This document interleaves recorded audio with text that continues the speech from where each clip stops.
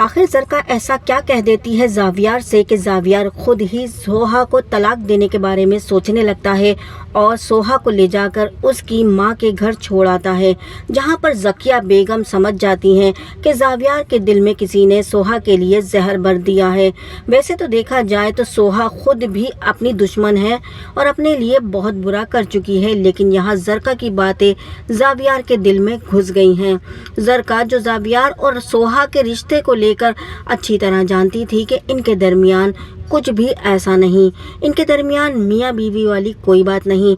रात में दोनों कमरे में अलग अलग सोते हैं। जैसे ही ज़रका के इल्म में ये बात आती है, ज़रका नौकरानी को पैसे देकर सब कुछ पता करवा लेती है कि सोहा और ज़ावियार अलग अलग सोते हैं, इनके दरमियान ऐसी कोई बात ही नहीं है।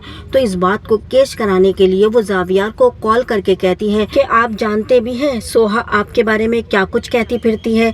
ज़रका की बात सुनकर ज़ावियार चौंक जाता है और कहता है क्या कह रही है वो मेरे बारे में। तभी ज़रका कहती है कि सोहा को लगता है कि आप में कुछ कमी है, आपने आज तक उसे हाथ ही नहीं लगाया, आप अलग सो जाते हैं, सोहा अलग सोती है, उसने मुझे खुद ही ये बात बताई है। अब ज़ावियार के होश उड़ जाते हैं ये सब सुनकर, उसे यकीन नहीं आता कि सोहा इस तरह की बात करेगी। ज़ावियार कहता है कि क्या आपसे सोहा ने खुद ये बात की है? तो ज़रका कहती है हाँ, अम्मा को बता रही थी, मैंने सुन लिया। अब ज़ावियार चौंक जाता है, उसे यकीन नहीं आता। सोहा जैसे ही घर आती है अपनी माँ के घर से, ज़ावियार उसे कमरे में ले जाता है और कहता है कि तुम आखिर चाहती क्या हो, मेरे बारे में गलत किस्म की बातें क्यों फैला रही हो? सोहा कहती है आपको किसने कह दिया कि मैं आपके बारे में गलत बातें फैलाती हूँ? तभी ज़ावियार कहता है कि ज़रका ने कॉल करके बताई हैं हमारे बेडरूम की वो बातें जो मेरे और तुम्हारे दरमियान रहनी चाहिए थी। शायद मेरी समझ में नहीं आता कि ज़रका को ये बातें बताने की क्या ज़रूरत थी। सोहा कहती है उसने क्या कहा है आपसे? मैंने तो कभी किसी से कोई बात शेयर ही नहीं की, मैं क्यों बताऊंगी अपने बेडरूम की बातें?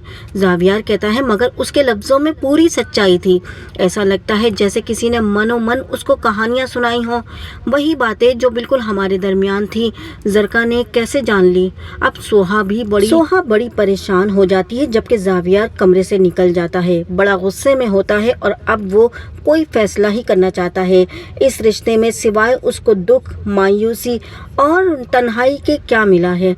वो यही सोच रहा होता है कि शायद सोहा उसके साथ नहीं रहना चाहती। ज़किया बेगम को कॉल करके कहता है कि आपकी बेटी शायद नहीं रहना चाहती मेरे साथ और मैं किसी को ज़बरदस्ती नहीं रख सकता।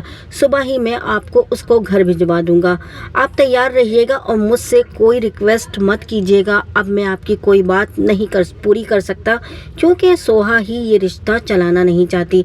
ज़किया बेगम घर में परेशान बैठी होती हैं, उधर सोहा अपने कमरे में परेशान कि आखिर ज़ावियार को क्या हो गया है। ये रिश्ता जैसा चल रहा था सोहा इसमें खुश थी, उसे लगता था कि हमारे दरमियान ज़ावियार और उसके दरमियान दूरियां ख़त्म हो जाएंगी, लेकिन यहाँ तो बात ही कुछ और हो गई है। सोहा फ़ोन करके अपनी माँ को ज़रका की तमाम बातें बता देती हैं। यहाँ पर ज़किया कहती है ठीक है, मैं ज़ावियार से बात करूँगी। ज़रका तो कुछ भी बोल देती है, उसे अंदाज़ा हो जाता है यकीनन किसी नौकर ने ये बात फैलाई है। अब यहाँ सोहा ज़ावियार का इंतज़ार करती है। रात को जब ज़ावियार लौट कर आता है तो सोहा उसके कदमों में बैठकर बताती है कि ज़रका ने यकीनन किसी नौकर से ये बात उगलवाई है और आप पता करें, मैंने कुछ नहीं बताया, मेरी तरफ से दिल साफ कर लें। और इस तरह ज़ावियार जो है समझ जाता है कि सोहा ने वाकई ऐसा कुछ नहीं किया और सोहा इस रिश्ते को चलाना चाहती है जैसे कि वो चलाना चाहता है।